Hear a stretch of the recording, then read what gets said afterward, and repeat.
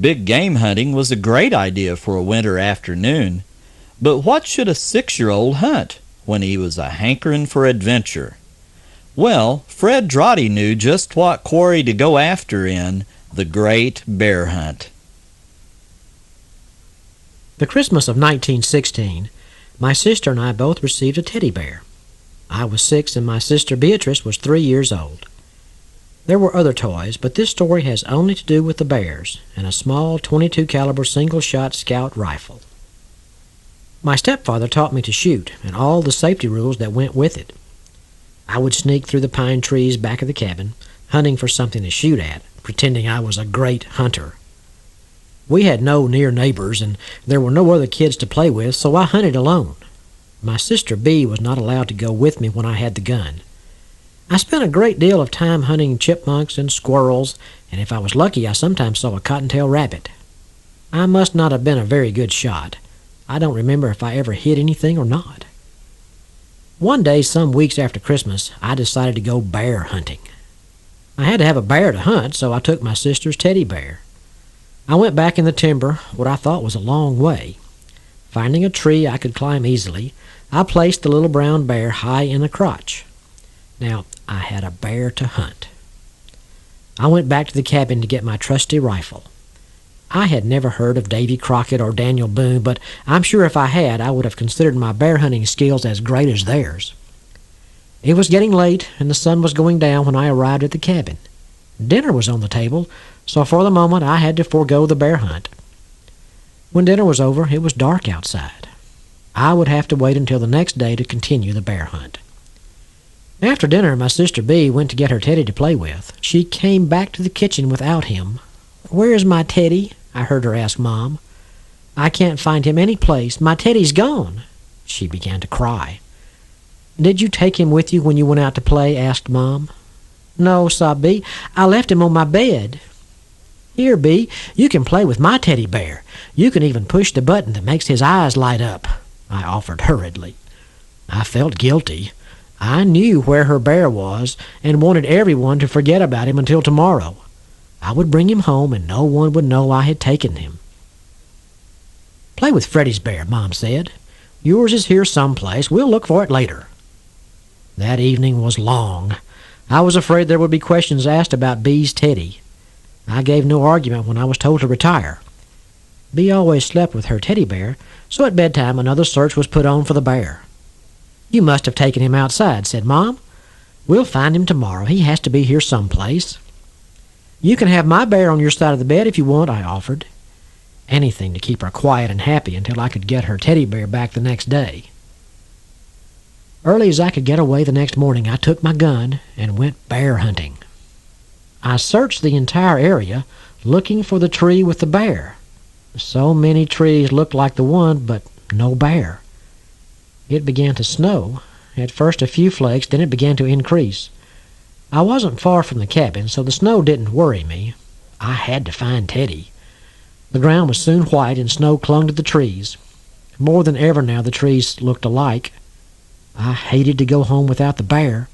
I knew there would be questions asked. I was beginning to get hungry, so worked my way back to the cabin. Still no bear.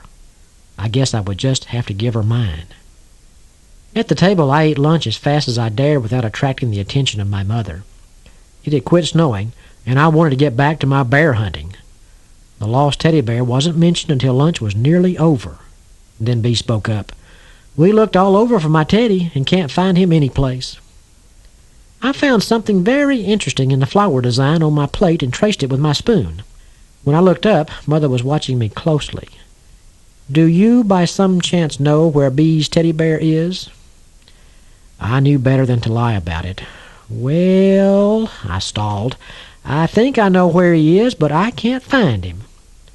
"If you know where he is, why can't you find him?" asked Mom. "I wanted to go bear hunting," I began to explain, "so I took her bear and put him way up in a tree. When I went to look for him, I couldn't find him. I guess he climbed down and runned away." "Why didn't you use your own teddy bear?" asked Mom. "I was afraid his eyes would get broke and not light any more. You said I had to be careful and not break his eyes." I began to cry. "Can you show me where you put him in the tree?" "I don't know if I can find the tree," I wailed. "Come, we'll go look." We put on our coats and spent the better part of the afternoon searching for the bear. Bee kept up a constant chattering. "Poor Teddy, he's lost forever. We'll never find him in this snow. He will freeze in this snow and cold. I'll never see him again." All her whining and crying didn't make me feel any better about losing the bear. "But maybe something got him. I was sure he was in that tree," I said as I pointed to a snow-laden pine. "We'll have to give up. Let's see what your father says when he comes home." I was almost sick with worry about what he might do to me. I didn't have long to worry. When my stepfather came in, I had to tell him what I had done. "And he took my Teddy," Bee kept interrupting. I was in tears. "What do you think we should do?" asked my stepfather. "I don't know," I sniffled as I wiped the tears away with the back of my hand. My stepfather thought for a moment, then said, "You can hunt for the bear tomorrow, and if you don't find him, you will have to give yours to your sister. Now quit your blubbering and get washed for dinner." The next day's search was fruitless. The bear just wasn't to be found. I had to give my bear with the luminous eyes to my sister. A few weeks later, my stepfather was coming in from hunting. Seeing something in a tree, he went to investigate. It was Bee's teddy bear. He wasn't quite the same as when I put him in the tree. His nose was gone and one ear was missing. A hole had been gnawed in one of his paws and also one of his feet, letting out the sawdust stuffing. His color had faded. He was no longer a rich brown, but more of a dappled tan and light brown. Mother mended him as best she could. I wanted my bear back, but things didn't turn out that way. I had to keep the mended bear. At last, the great bear hunt was over. The little brown teddy bear was around for a long time. His fur was worn off in spots. He was minus one eye, and of course he never grew another ear to replace the one he lost when he was left for 3 weeks in the timber. His days finally came to an end in 1939, when my parents' house burned and Teddy was in it.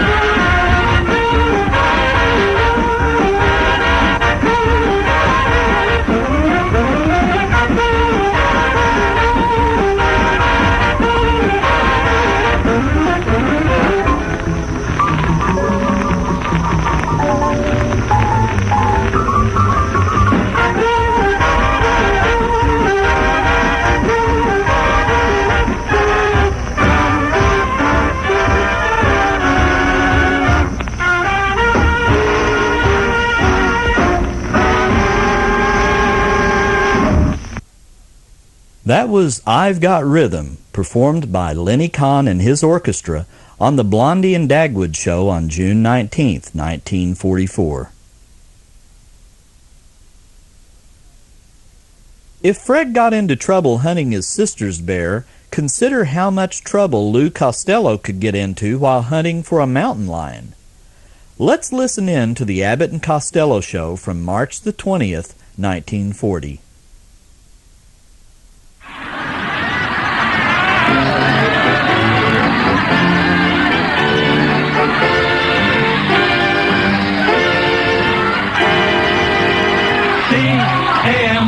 C-A-M-E-L-S. That's right, folks. C for comedy, A for Abbott, M for Maxwell, E for Ennis, L for Lou Costello. So draw up a chair for tonight's show starring Bud Abbott and Lou Costello. Hey,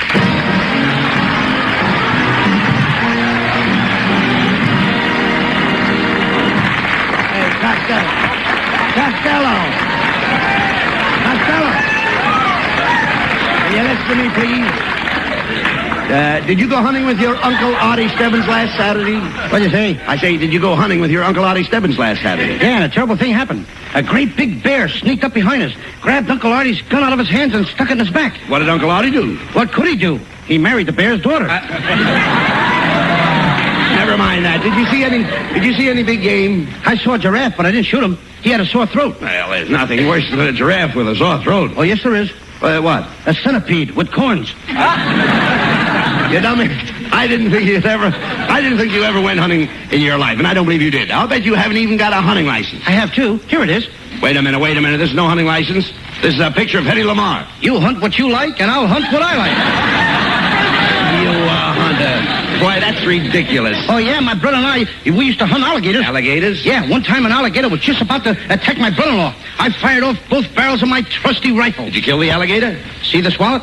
Genuine alligator? No, genuine brother-in-law.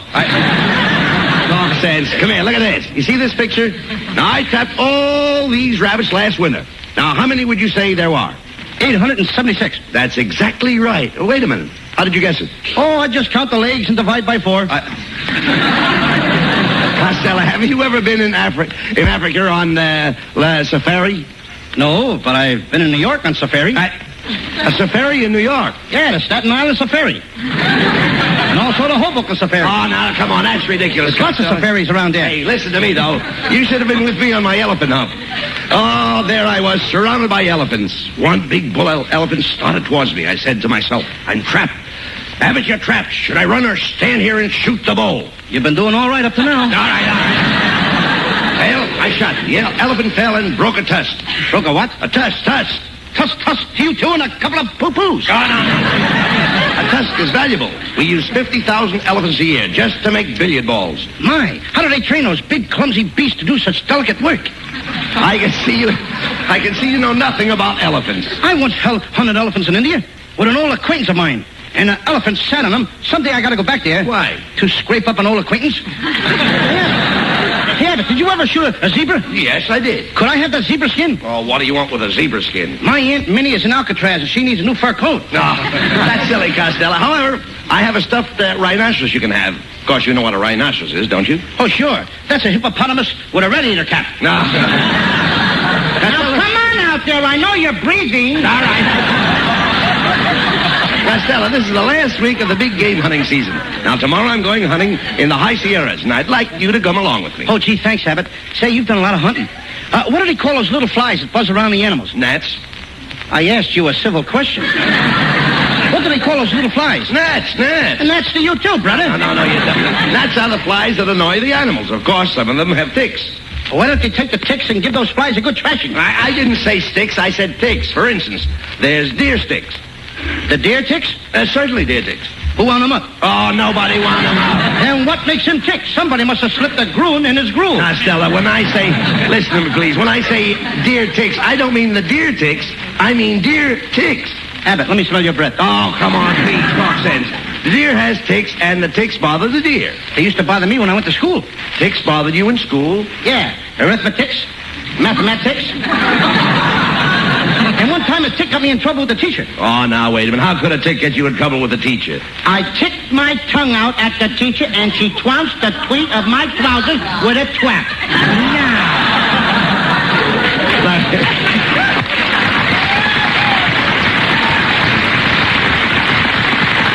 Costello, I'm talking about animal ticks. Hundreds of animals in the woods have ticks. That must be a pretty sound when hundreds of animals get together and they all start ticking at once. No, listen, Costello, listen to me. Deer have ticks. Elks have ticks. And one time my father shot a moose with ticks. Now, do you know what I'm talking about? Sure, your father's moose ticks. No. Costello, you're getting more stupid every day. I don't know what to do with you. I don't know what to say to you. I've tried to improve your mind, but I just can't seem to get anywhere. Why don't you face it, Abbott? You're a failure.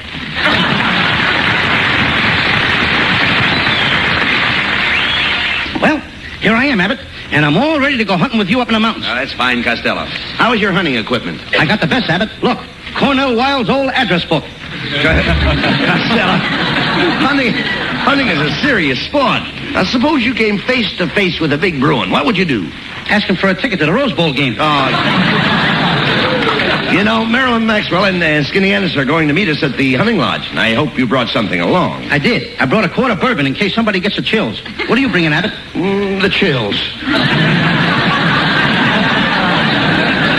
Costello, did you bring a gun? Oh, yes, here it is. This is my sawed-off shotgun. Wait a minute. Where is the handle? How do you like that? I sawed off the wrong end. Well, come on, Costello. Marilyn and Skinny are waiting for us at the hunting lodge in the mountains. Let's go.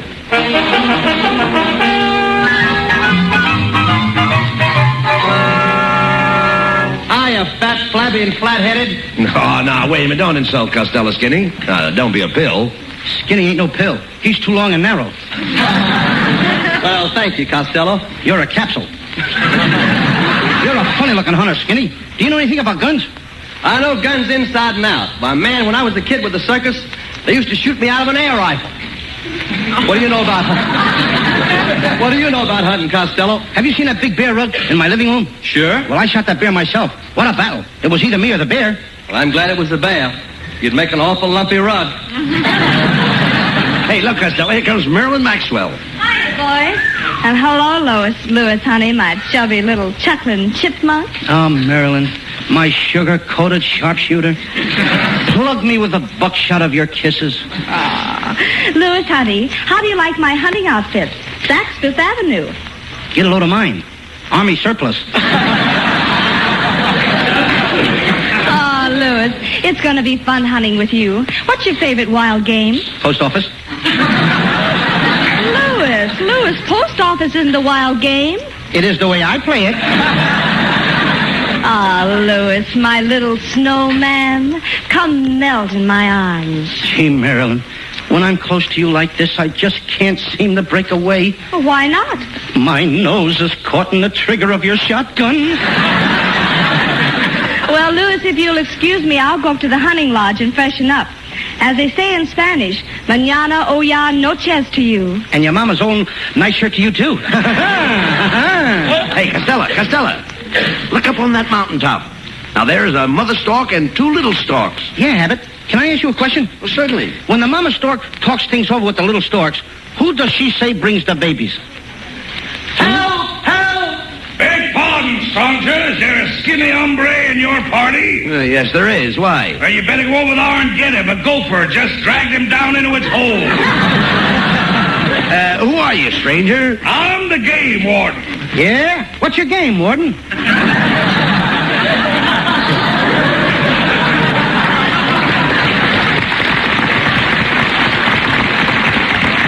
You want to know my game, partner? I'll tell you. It's cheesy. But being up here in the wild country so much, I trained 3 little skunks to play bridge with me. Is it a steep game? No, we only play for 1/10 of a cent. Warden, we're after some big game. Have you seen any hereabouts? Hereabouts? Abbott, I thought we came up here to shoot deer. I wouldn't shoot a poor little hereabouts for anything in the world.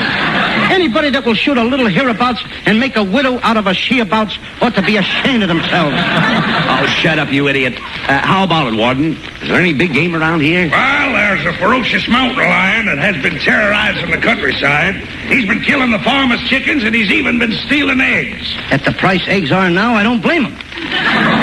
That's a reward of $1,000 to the man that gets that mountain lion. One of you boys ought to trap him. Which one of us would you suggest? Why don't you try it, Tubby? You got the biggest trap.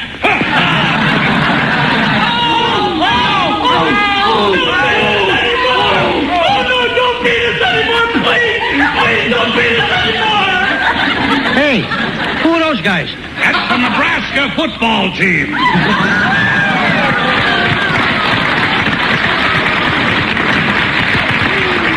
Now remember, if you shoot that lion, I'll give you $1,000 for a skin. I need it to make stockings. What kind of stockings can you make out of lion skin? Nylon stockings. So long, Lordhead. Hey, you hear that, fellows? The lion's just north of us. Which way south? Come here, you coward. If you're afraid, you're not afraid, take a chance. You understand? Yeah. Now take this cane. You see it? Yeah. A lion won't bite you if you're carrying a cane. Yeah, but how fast do I have to be carrying the cane? I ain't monkeying around with no lines, Abbott. The last time I saw a lion was in the Adirondack Mountains. What happened? I snapped at the lion, then the lion snapped at me, and then something whizzed past. What was it? Kansas City. Quiet. I hear something. Listen. I love you. Ouch. I love you. Ouch! I love you. Ouch. I love you. Ouch! Costello, what was that? 2 porcupines necking.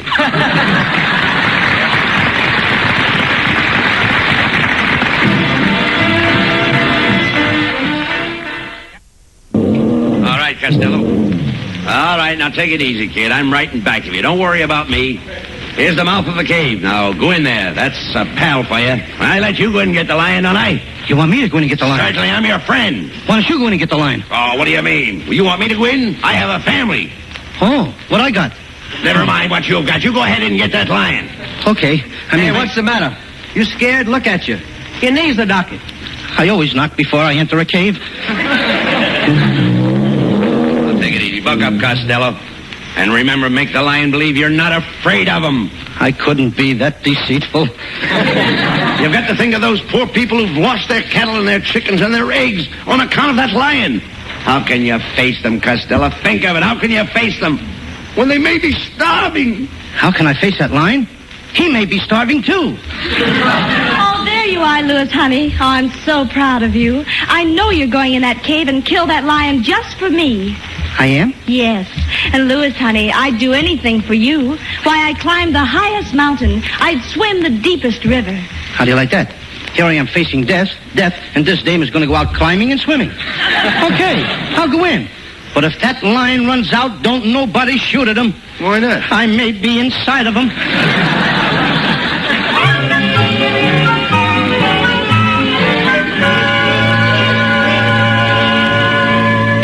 Gee, it's certainly dark in this lion's cave.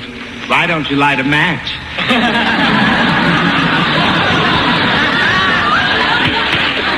Who said that? It's me, the lion. What do you know? A talking lion. I gotta tell Abbott, Skinny, and Merlin about this. Oh, no, you must never tell anyone. I'm a hermit, and I just hate people. I wear this lion skin to scare them away. I live in this cave all alone. How did you find this cave with all the housing shortage? I subleased it from a bear that went on the road with the skating act. You must get lonesome here all alone. Why don't you get a roommate? I had a roommate and milk. And then the meat shortage came along. You mean that... See this tooth hanging on this watch chain? Yeah? Well, it ain't mine. Look, Mr. Hermit, my girl is outside. I promised her I'd bring out the lion. Give me that lion skin and I'll take it out there and everybody will think you're dead and nobody will bother you anymore. Here, take the skin. Oh, goody, goody. Now I can be a real hermit. And then I won't be bothered by Lucille Ball, Betty Grable, or Marilyn Maxwell. Gee, do they call you? No, that's what bothers me. Hey, look. Here comes Costello out of the cave. Oh, my hero. Look, he has the lion skin. Who is the greatest hunter of them all? Bring him back alive, Costello. When there is danger, who's the one they call? Bring him back alive, Costello. Once I found a baby leopard with milk, I filled his tummy, and then in some Egyptian tomb, I helped him find his mummy. He taught Tarzan everything he knows. When in danger, he's not yellow. Who looks dapper in his hunting clothes? No one but my handsome fellow. One day I caught a tiger, I wasn't even trying, and in the movie house I caught a Metro Goldwyn lion. Brave Captain Beatty, a threat to Clyde Beatty, the greatest hunter of them all. Costello. Yeah? You've hunted a lot of big game. Tell me, Did you ever hunt bear? I can't, Abbott. The bushes tickle me. Once I saw a mink, though. I saw a mink crying in the woods. I picked him up and I said to him, though you'll be a coatful on a Turner, left, mink, left. Though you'll be a lovely hat for Myrna, left, mink, left. At Ciro's, you'll have the best table. Think of those cold nights with Betty Shapiro. When you're on display at Bullett's Wilshire, giggle, meat, giggle. All your cares will vanish if your tail will wiggle, mink. Oh, wiggle me. And don't be depressed. Keep your skin up. When you see Frank Buck, just live.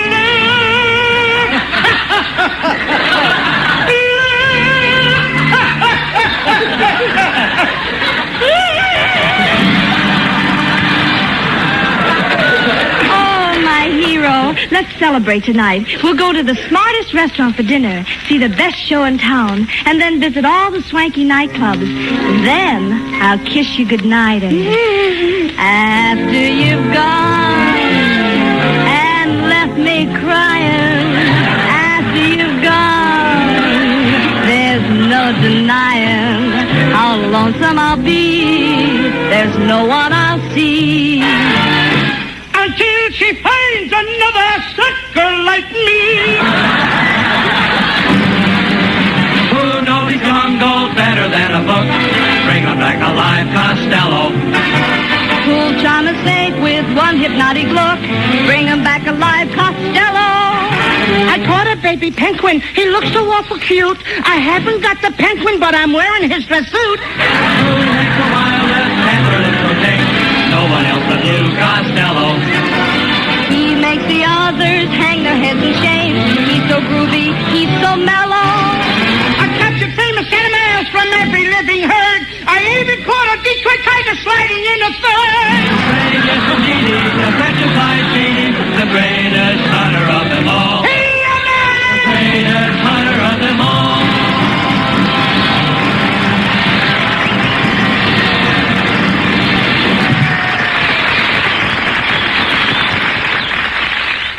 Oh, boy. What a tough battle. But I won. Hey, Abbott, there is the lion's skin. Wait a minute, Costello. There's something phony about this. Turn that skin over. I thought so. There's a label on that lion's skin, Costello. Come on, read it. Eastern Columbia, Broadway at night.